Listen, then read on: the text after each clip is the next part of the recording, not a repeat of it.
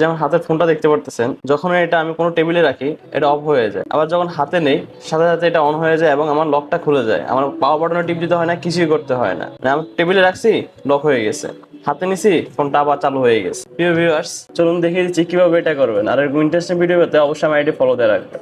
Now let's see. এটা on করার জন্য আপনাকে দুইটা প্রসেস মেনটেন করতে হবে।